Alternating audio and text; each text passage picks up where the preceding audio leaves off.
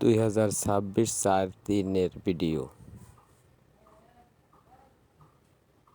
আমরা সাগর জল দিয়ে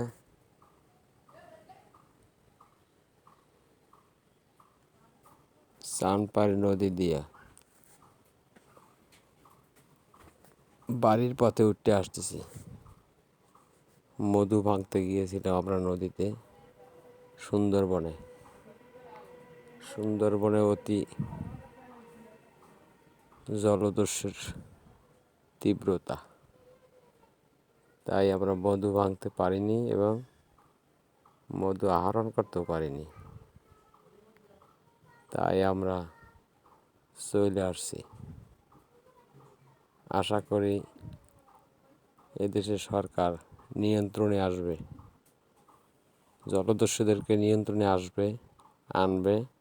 তারপর হয়তো আমরা আশা করি মধু ভাঙতে যাইতে পারবো। সবাই ভালো থাকবেন, আমাদের জন্য দোয়া করবেন। আমরা অনেক টাকা খরচা করিয়া সরকারি খাতে পাশ করার পরে মধু ভাঙতে যাই। আজ 2 বছর ধরিয়া খুব কষ্টের ভিতরে আমরা মধু ভাঙি এবং আমাদের খুব কষ্ট হয়। আমাদের কষ্ট মোছানোর জন্য সকল মানুষের কাছে আহ্বান। আশা করি আপনারা ভিডিওটি দেখবেন আর আমাদের জন্য মধু আহরণ যারা করে, মধু যারা ভাঙে, যারা সংগ্রহ করে, জেলেদেরও অসুবিধা।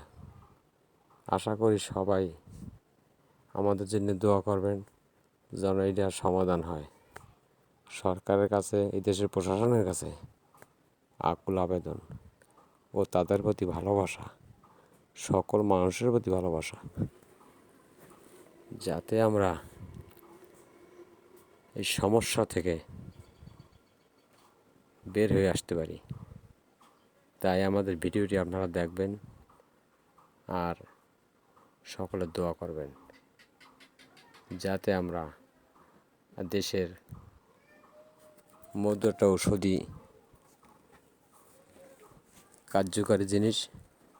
এই মধু দেশের সম্পদ, যাতে আমরা আবার সবাই মধু ভাঙতে যাইতে পারি নৌকো নিয়ে সুন্দরবনে। সেই দোয়াটাই করবেন আপনারা। তাই আমরা ফিরে আসছি বাড়িতে। যে কষ্ট রোদ্রে দেখতে পারতেছেন, সবাই বইটা দিয়ে খুব অতি কষ্টে বা অত রোদ্রে আমরা যাইয়াও নিরাশা হয়ে চলে আসি, হাজার হাজার টাকা নষ্ট করে। দোয়া করি আপনারা ভালো থাকবেন আর আমাদেরকে ভালো রাখবেন। তাই আকুল আবেদন আপনাদের কাছে।